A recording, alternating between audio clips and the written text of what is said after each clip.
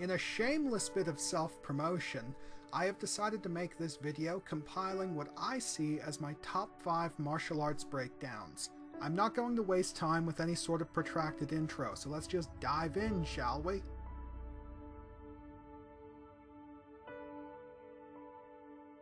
Kicking off my 3rd season was this.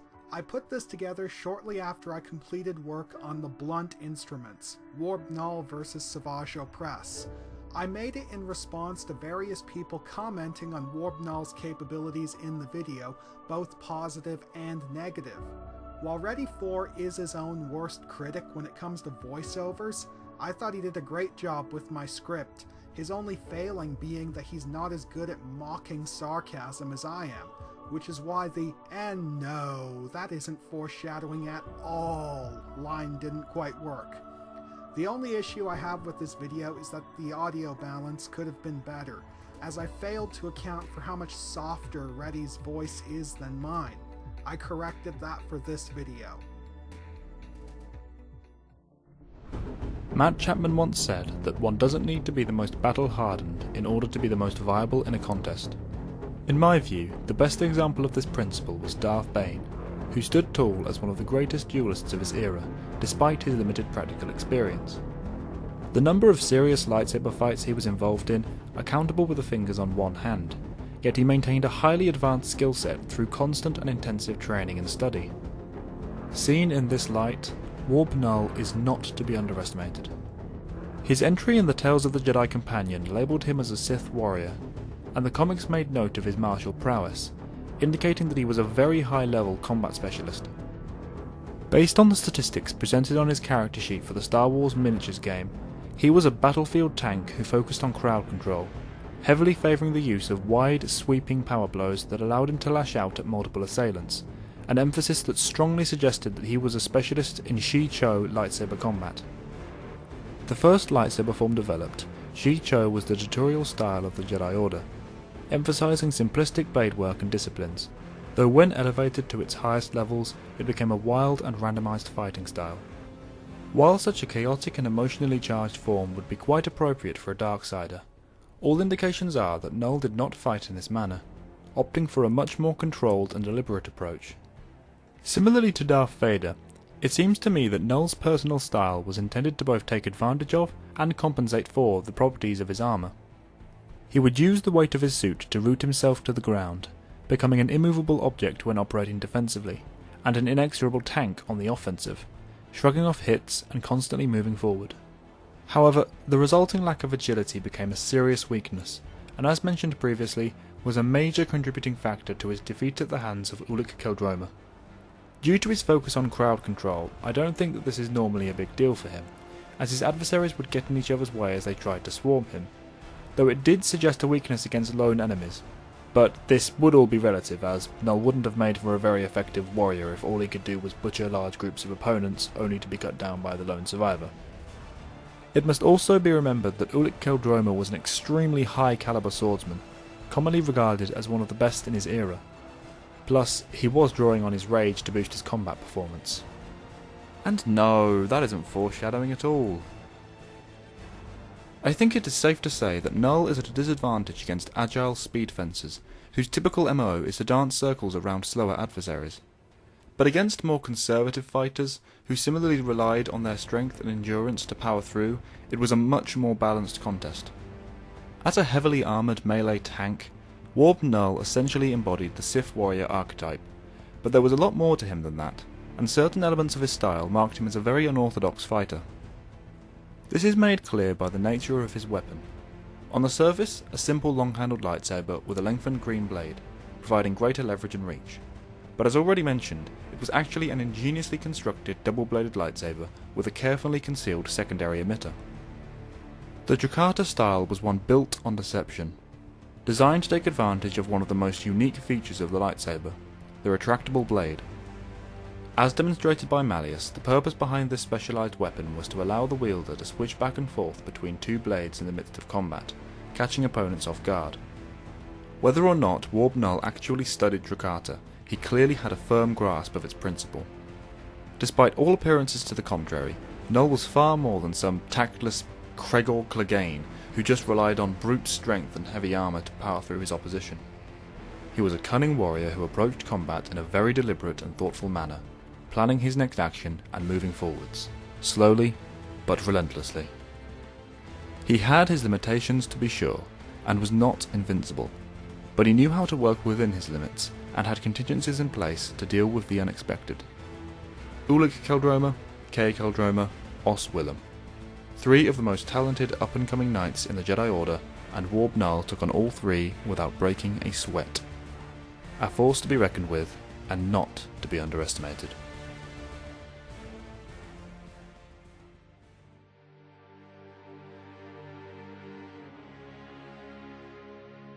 My breakdown of Exar Kun represented a milestone for me. Up until I made this, my analyses of characters was always very focused on the technical aspects of their capabilities, the nature of their fighting styles, and the magnitude of their powers. This was the first time that I thought about tactics in any serious way. For this, I have to thank Matt Chapman, whom I consulted with on this one, as his strategic breakdown of Exar Kun really opened my eyes. While this breakdown does suffer from many of the flaws of my Season 2 videos, that being the bloated, excessively wordy script, I feel that it still holds up as one of my best character breakdowns. Exar Kun considered himself to be the greatest swordsman in the galaxy, and while this statement may be little more than inflated hyperbole, there can be little doubt that he was a top-tier duelist, as Vodosiask Boss considered him to be his finest student. Notably, Kun surpassed his master, a famed Jedi weapon master, and bested him in combat twice. While these victories were achieved due to the failure of Boss's weapon, a force-imbued staff, rather than purely through Kun's skill with the blade, they are still notable because he was able to force Boss into a defensive posture long enough for his weapon to fail. Victory through attrition is still victory. Exar Kun's chosen martial arts discipline was Naiman, the 6th traditional form of lightsaber combat, a jack-of-all-trades fighting style built around the ideals of moderation and balance. A consummate master of the form, Kun took full advantage of its practical benefits, developing a sophisticated and highly varied lightsaber technique, employing a wide array of elements that ranged from the staid and the conventional to the elaborate and the unorthodox. However, he completely ignored Naiman's precepts of moderation and balance, and was instead an uncompromising duelist, driven by rage and aggression. Rapid, fast-paced strikes and swordplay were Exar Kun's stock in trade, featuring heavily in his method at all times, but especially when he was utilizing his saber staff. When handling a single blade, Kun had no difficulty with power attacks, regularly cleaving his enemies in two. However, the unique construction of his saber staff made such moves difficult to execute, reducing their viability. Ironic, considering the traditional saber staff was used as a strength weapon. Exar Kun was a highly adaptable and capable improvisational fighter, skillfully applying many innovative and unorthodox methods and styles. Exar Kun has been observed chaining direct physical strikes into his lightsaber sequences, implying skill in unarmed combat. While he has never been observed integrating force-based attacks into his lightsaber sequences in this manner, it is a core element of the Naiman style, meaning that he is definitely familiar with it, and given his usual tendencies, it really would only be a matter of time before he resorted to something like this. A student of dual-blade fencing, Kun used this skill to great effect during his first serious duel with Vodosiask Boss, keeping his opponent in a defensive posture long enough for Kun to whittle away at Boss's staff, breaking it down. However, Exar Kun's primary specialization was in saber staff combat, though his method and style were very much out of step with the approach favored by later masters of the weapon. This was due to the unusual specifications of his weapon. Exar Kun wielded an archaic saber staff, a sophisticated design that featured only a standard length hilt. While the haft was long enough to accommodate a two-handed grip, it was best wielded with one hand, so while good wrist and arm strength was a necessity, the primary attribute needed for this weapon was dexterity. Also, the weapon featured a dual-phase mechanism, which allowed Kun to rapidly change the blade length and power settings with the flick of a switch. As indicated by the artwork in Tales of the Jedi, Kun relied on aggressive flourishing moves when wielding the saber staff, and as elaborated in the original Essential Guide to Weapons and Technology, he used the dual-phase function to constantly adjust the properties of the blades to confuse and off-balance his opponents. On a purely conceptual level, Exar Kun's saber staff technique had less in common with the much more straightforward staff fighting style employed by Darth Maul, and more in common with the radical style employed by Grievous, as Kun's flourishing movesets and continuous blade length adjustments neatly approximated the sort of multi-angular and randomized assault that Grievous was capable of unleashing with all four lightsabers out. As a consummate master of his chosen martial art, and possessed of such a broad and unconventional skill set, Exar Kun was an extremely adaptable fighter, well equipped to deal with a wide variety of combat situations, from combating blaster-wielding assailants, engaging multiple opponents, not to mention single combat against opposing lightsaber duelists. As we see on multiple occasions, Exar Kun's tactical approach was extremely offensive, based around off-balancing and overwhelming his adversaries with radical and unorthodox maneuvers and skills. Due to his arrogance, he didn't really plan ahead, instead allowing the needs of the moment to dictate his responses, relying on flexibility and improvisation to win the day. When unable to achieve results with more conventional methods, he adapts to the circumstances and resorts to unconventional methods and changes the rules of the engagement, escalating the conflict. And this tactic very much informed his typical offensive style and method. While content to initially rely on a conventional assault with a single blade, if he fails to achieve results quickly, he will resort to attacking with his saber staff, employing fast-paced attack furies combined with continuous adjustments of his lightsaber blade length to confuse and overwhelm his adversary. Conversely, his defensive approach is based around the concept that a good offense is the best defense. While entirely capable of stonewalling adversaries with deft swordplay, he isn't really capable of weathering an assault, becoming the eye of the storm, and doesn't take physical injury very well. What he can do is effectively change between a variety of offensive skills and approaches to surprise his adversaries. On the whole, Exar Kun's style and armament carries parallels to Dooku's methods. Both use an unusual fighting style combined with specialized weaponry, the practical benefits of which bolster their unique methods and approaches. However, Exar Kun did not possess a fighting technique as pure as Dooku's. Dooku and a large percentage of his contemporaries, such as Mace Windu or Obi-Wan Kenobi, had very consistent styles and techniques, essentially able to employ the same proven methods repeatedly to great success. Exar Kun has not been able to accomplish this, and he is ultimately more easily compared to General Grievous or Kender Rath. His edge isn't raw skill and technical sophistication, but rather the radical and diverse skills in his arsenal. He brandished dual blades and wielded the saber staff as a matter of necessity, not out of comfort or preference.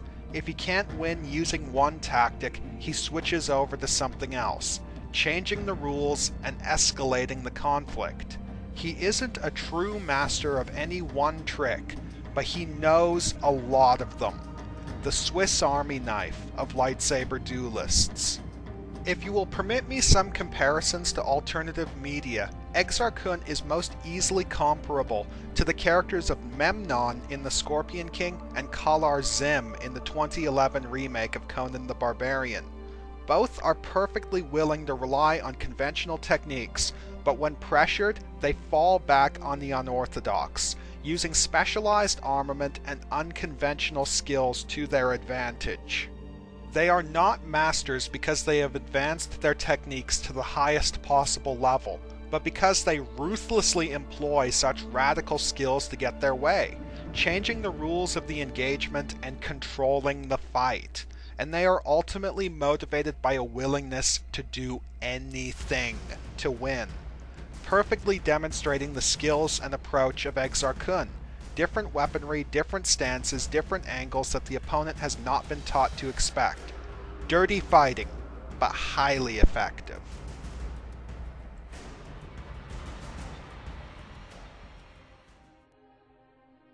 This is the breakdown that I put together for my first collaboration with Antoine Bandelet, Obi-Wan Kenobi vs. Darth Malgus. For this one, I applied all of the lessons that I had learned up to this point. My emphasis has always been on the technical aspect of a character's style, but here I balanced that out with a stronger tactical focus, as well as examining how Malgus's personality dictated his style. Rather than being wordy, I was concise and to the point. What I achieved with this breakdown was focus.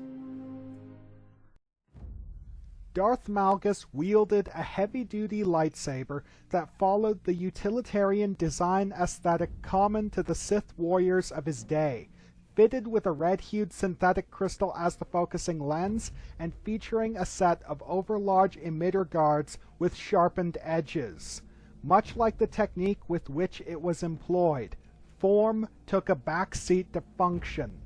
As a Cold War-era Sith warrior, Malgus was no doubt trained in the fighting forms traditionally associated with the group, as detailed in the Tor Encyclopedia: Shicho, Surisu, Shien, and Juya. Shicho's emphasis on engaging multiple adversaries improved a warrior's ability to function on the battlefield, and its overall simplicity made it easy to employ while under duress. Surisu acted as a general-purpose defensive style that enabled a warrior to hold out against whatever he was confronted by. Shien was the combination of offensive and defensive disciplines that allowed a warrior to retaliate against whatever he was confronted by. Juya improved a warrior's ability to draw on the dark side of the Force to bolster his combat performance. Malgus's emphasis on brute force power attacks strongly implied a specialization in Form 5, but elements consistent with all four of the forms could be observed in his method. By my estimation, Malgus has struck a balance between the approaches of Darth's Bane and Vader, taking the complementary set of disciplines favored by Bane and hybridizing them in a manner similar to Vader. The result was a unique fighting form that, while rough around the edges, was extremely effective and versatile. In addition to being a capable power duelist, Malgus also demonstrated exceptional balance and mobility, and was a reasonably skilled acrobat, which is quite impressive considering that he operated as a heavily armored battlefield tank, shrugging off hits and constantly moving forward. He was just as capable of being a fast-paced dervish as he was at being an immovable object. Thanks to his extensive experience fighting Jedi, Malgus has been confronted by almost all possible variations of lightsaber combat, and has answers for anything that might be employed against him. And even when he didn't, he has consistently proven that he can adapt and improvise on the fly. Accordingly, his own technique demonstrated a huge degree of variation.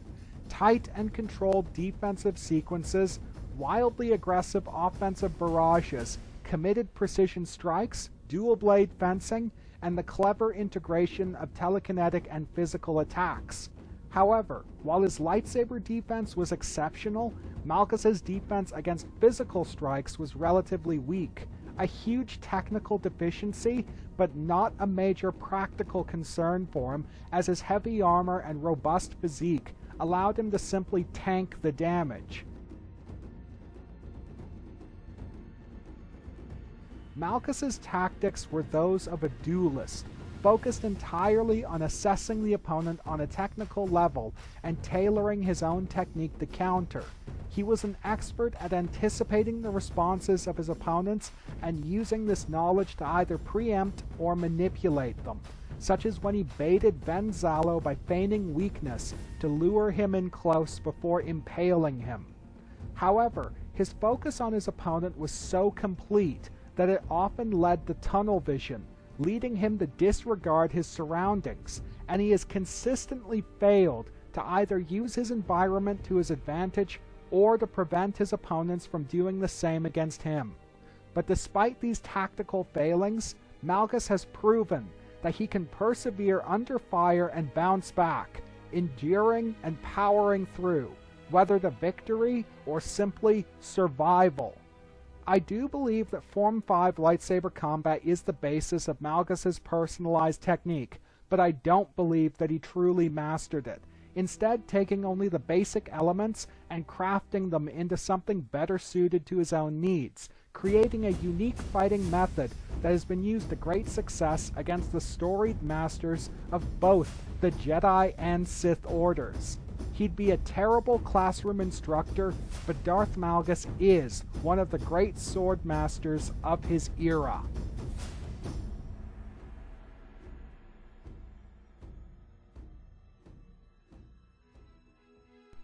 My breakdown of Kender Rath has the honor of being the first thing that I ever assembled with my new editing software. While some of the editing is somewhat sloppy, especially compared to my later videos, as I was still getting a handle on the software, the writing is very focused. As with my Darth Malgus breakdown, this video represented something of a culmination. All of the lessons that I had learned up to this point working to make this one great. However, whereas the Darth Malgus breakdown was more of an academic exercise, I poured a lot of passion and enthusiasm into this one, and considering the positive reactions the video received, I think the work paid off.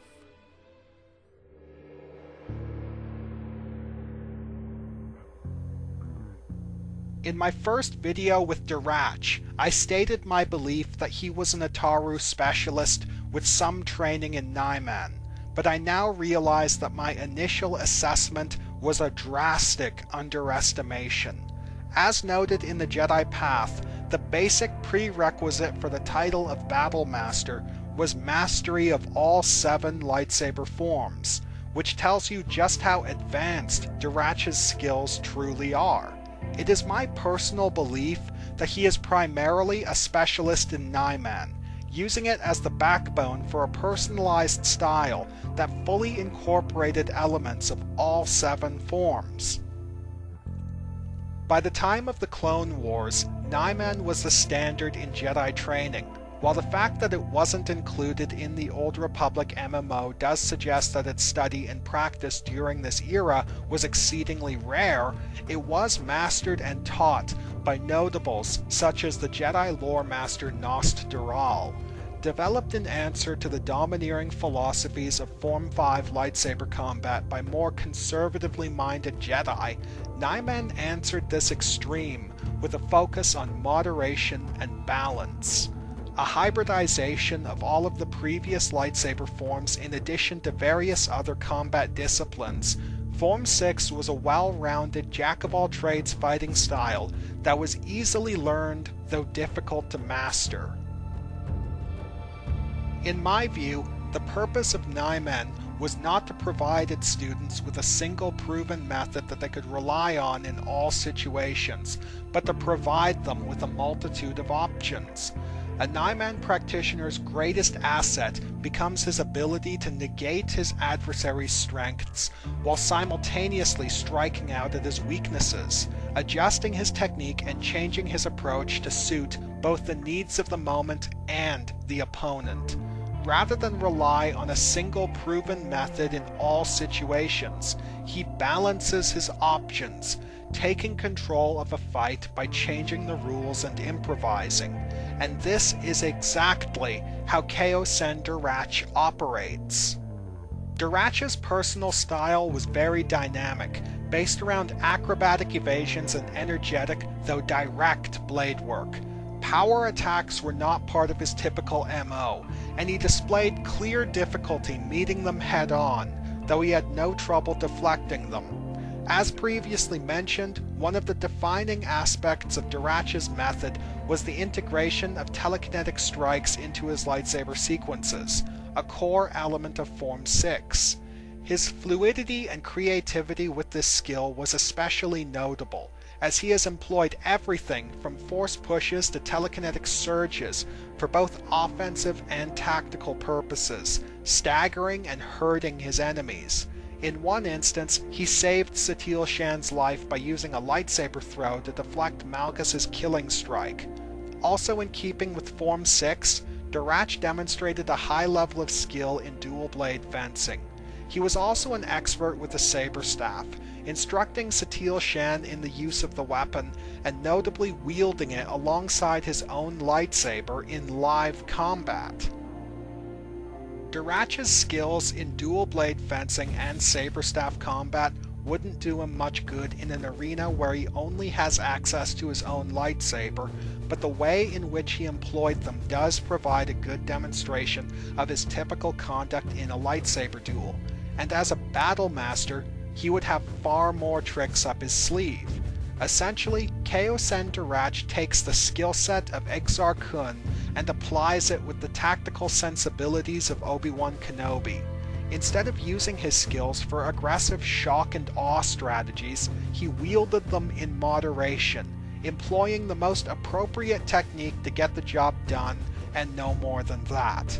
While by no means afraid to leap in head first as the aggressor, his typical action in battle was to slip into a defensive posture and dance circles around the opposition, using swift counters to keep up the pressure while waiting for openings to exploit.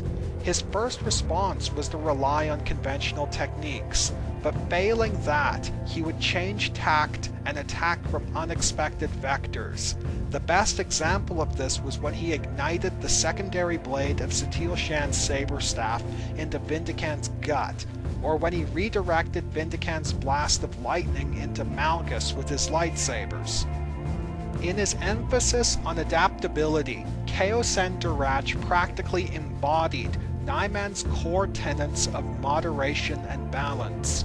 It is my most fervent wish that Darach be confirmed as a Form 6 specialist, as his example would go a long way towards redeeming a style that, in my view, has received an unjustly bad rap.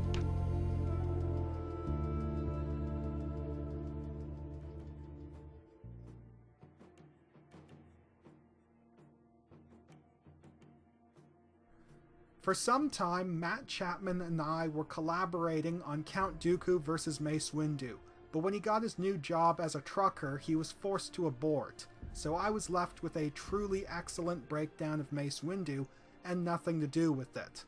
I have since come up with my own matchup with Windu, though I'm going to be keeping that to myself.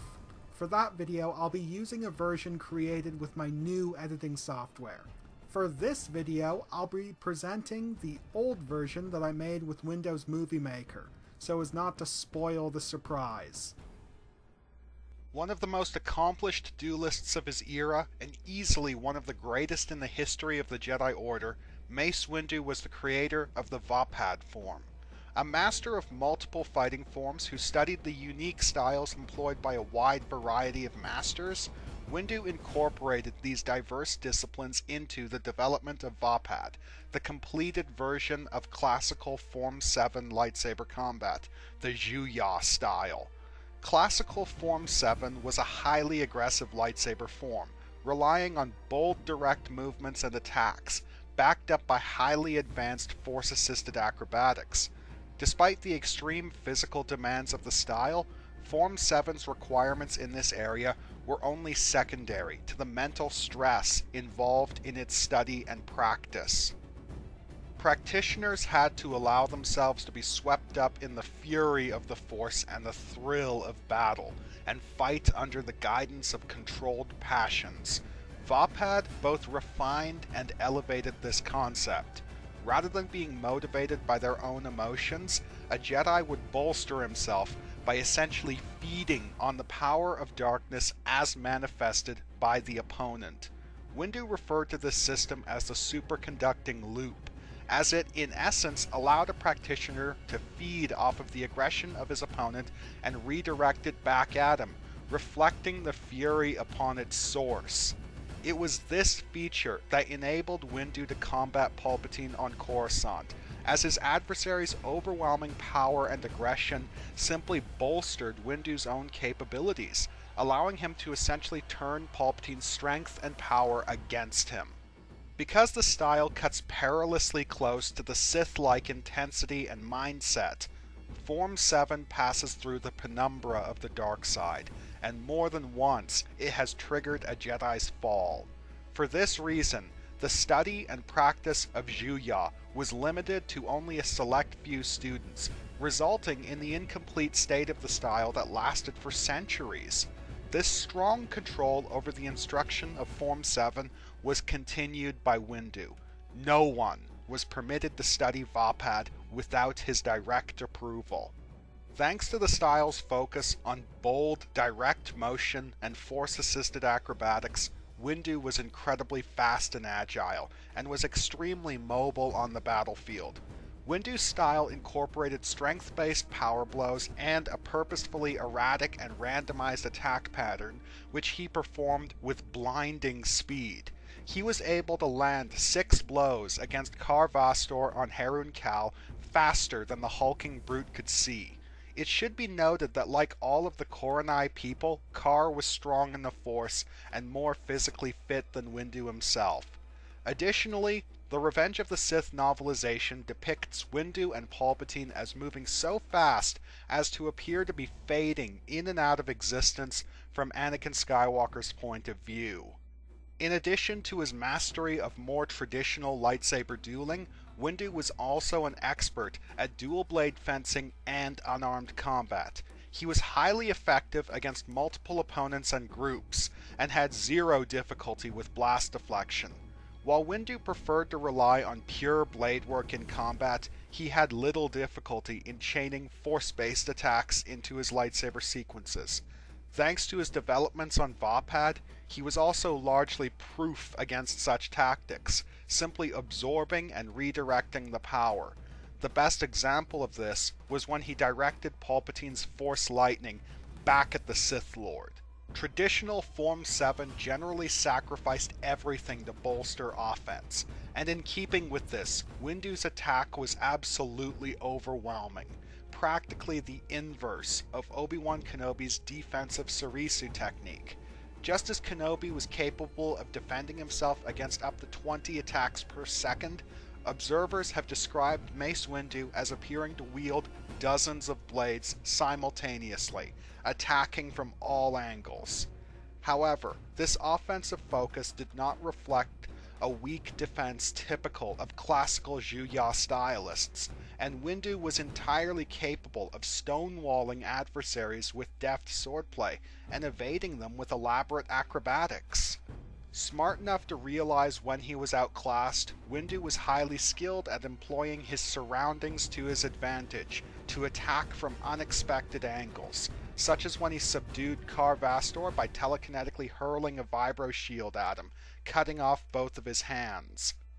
Because the vaapad style transcended martial art and became a state of mind, Windu retained a great deal of tactical awareness and ingenuity, despite the overwhelmingly aggressive nature of Form 7, as he was able to separate his conscious mind from the battle to think and strategize, while continuing to fight purely by instinct. This allowed him to perform calculated actions in the midst of wild offensives to take control of a fight. The best example of this being during his duel with Palpatine, when he guided the battle to the bay window in Palpatine's office, a tactically advantageous position that forced Palpatine to lessen the intensity of his own attack, lest he lose his footing and fall, allowing Windu to disarm his opponent. Having been depicted over the years effectively engaging a number of the most experienced and battle-hardened warriors of his era, Mace Windu was held in very high regard.